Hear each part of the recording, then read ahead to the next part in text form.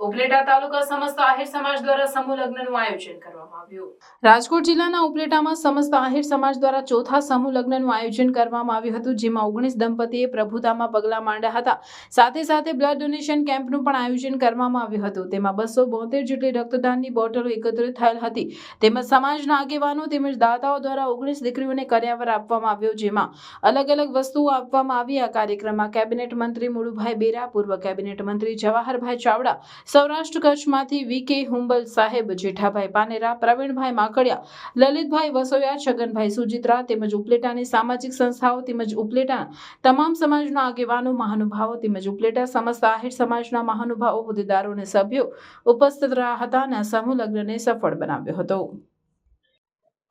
હું પુંજાભાઈ વરુ, સમસ્ત ઉપલેટા આહિર સમાજ ચતુર્થ સમૂહ લગ્ન સમિતિના એક કાર્યકર તરીકે આજે અમારો ઉપલેટા તાલુકા સમસ્ત આહિર સમાજ વતી આ ચોથો સમૂહ લગ્ન હતો। એમાં કુલ 19 દંપતીઓ પ્રભુતામાં પગલાં માંડનાર છે।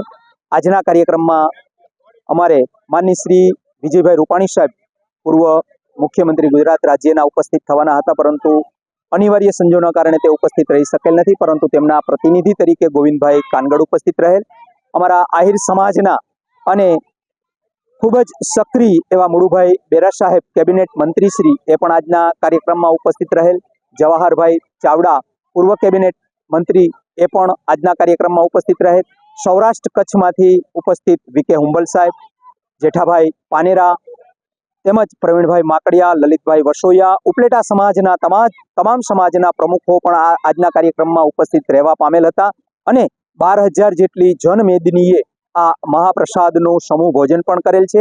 અને આજના દિવસે કુલ 272 જેટલું રક્તદાન કેમ્પનું આયોજન થયેલ હતું, તેમાં 272 જેટલું રક્તદાન પણ એકઠું થયેલ છે। દીકરીઓને પણ ઘણા બધા દાતાશ્રીઓએ ઘણી બધી કર્યાવર સ્વરૂપે, પ્રસાદી સ્વરૂપે ભેટ આપેલી છે।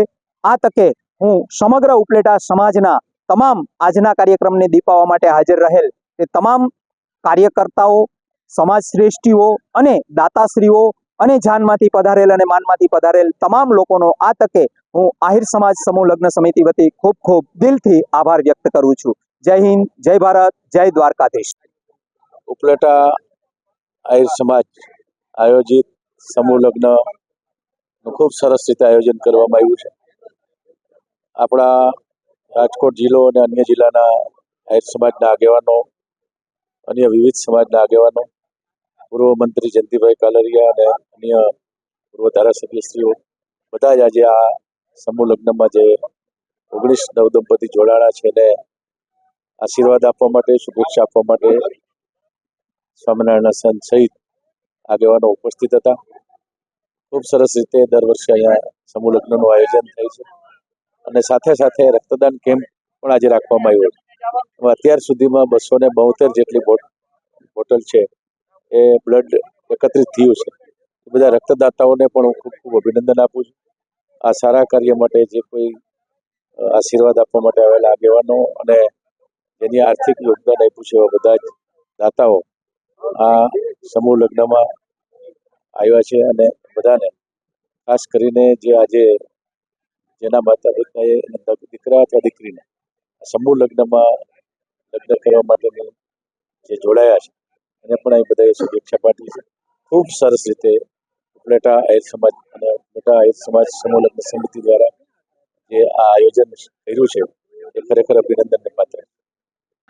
કોઈ પણ માતા પિતાને એના દીકરા કે દીકરીને સમૂહ લગ્નમાં લગ્ન કરવા માટેનું આગેવાનો દ્વારા કહેવામાં જાય ત્યારે એ સંકોચ અનુભવતા હતા, પણ છેલ્લા આ 2 દાયકાથી આપણે જોઈએ છીએ કે જેમ જેમ દરેક સમાજમાં શિક્ષણ આવતું ગયું અને આજનો જે સમય છે એ સમયને ધ્યાનમાં રાખીને દરેક સમાજે એના પોતાના રીત રિવાજોમાં ફેરફાર કરવા પડે।